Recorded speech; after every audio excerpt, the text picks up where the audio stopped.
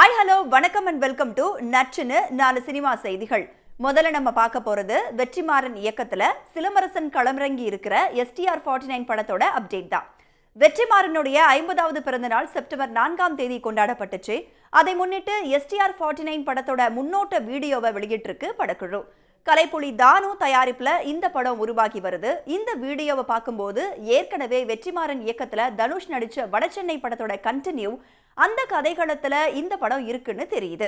கோலிவுட்ல popular ஆகி இருக்கிற LCU universe மாதிரி இந்த படமும் VCU, அதாவது வெற்றிமாறன் சினிமாட்டிக் யூனிவர்ஸா இருக்கும்னு 2 தரப்பு ரசிகர்களும் கொண்டாடிக்கிட்டு இருக்காங்க. வடசென்னையில இருக்கிற கேங்ஸ்டர் குழுவுக்குள்ள நடக்கிற மோதல் தான் இதுலயும் இருக்கும் போல. இந்த பாகத்துல சமுத்திரகனி, கிஷோர், ஆண்ட்ரியா, இயக்குனர் நெல்சன்னு பழைய கேங்கும் புது ஸ்டார்களும் இணைஞ்சு இருக்கிறதா கூறப்படுது.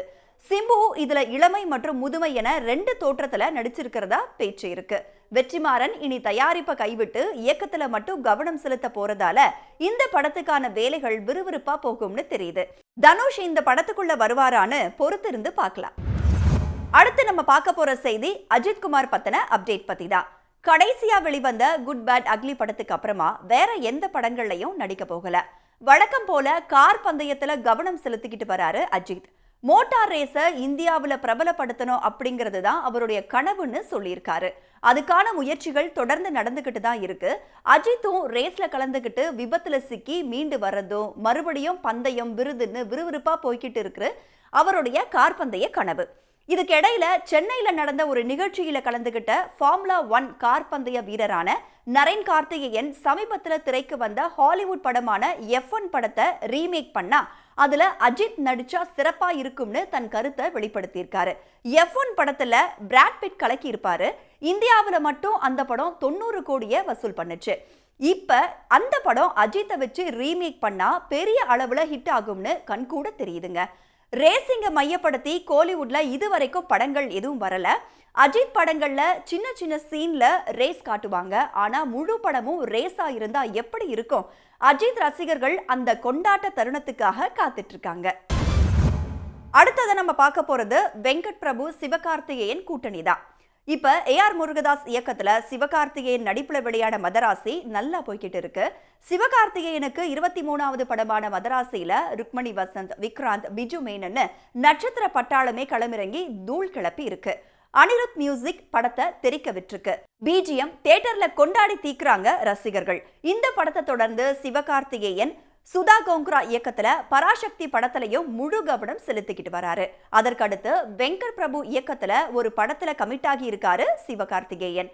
இந்த படத்தோட சுவாரஸ்யமான ஒரு செய்தி என்னன்னா, வழக்கமா வெங்கட் பிரபு படத்துக்கு மியூசிக் பண்ற யுவன் சங்கர் ராஜா இந்த படத்துல இல்ல.